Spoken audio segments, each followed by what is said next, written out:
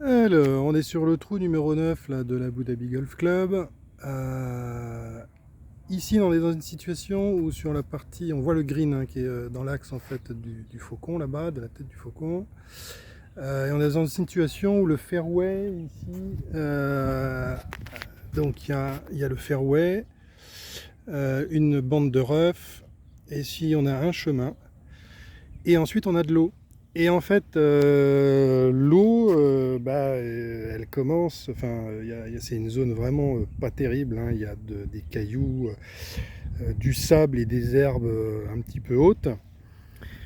Donc évidemment, le comité a décidé d'embarquer un petit peu cette zone dans la zone à pénalité pour qu'il y ait un dégagement qui soit quand même correct, hein, puisque si on met les piquets au ras de la flotte, on aura un dégagement qui sera quasiment pas jouable pour les joueurs. Alors ici, ils ont mis des piquets, puis ils n'ont pas voulu tracer de ligne hein, pour pas, pour pas utiliser, pour pas, comment dire, euh, peindre la route. Par contre, ils ont mis des petits points.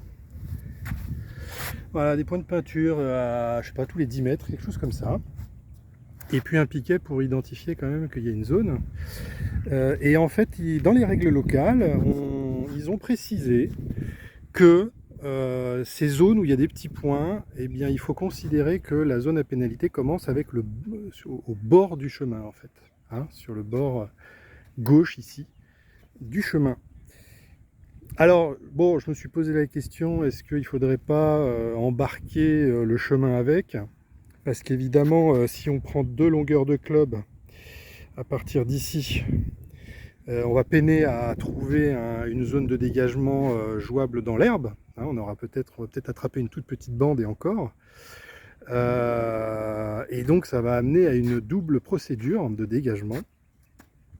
Et donc quand j'ai posé cette question, la réponse a été de dire, bah écoutez, on préfère une double procédure de dégagement plutôt que d'inclure le chemin dans la zone à pénalité, ce qui empêcherait un dégagement. Hein, puisqu'une obstruction inamovible, enfin, si une balle est dans une zone à pénalité, et bah, s'il y a une interférence avec une obstruction amovible, le dégagement est interdit, n'est pas autorisé. Donc voilà un exemple de situation peut-être un petit peu inhabituelle, entre guillemets, hein, où il y a un marquage qui est fait de manière très spécifique, avec une mention dans les règles locales, pour dire que eh bien, c'est le bord du chemin, là où il y a des points rouges, qui est la limite, la lisière de la zone à pénalité.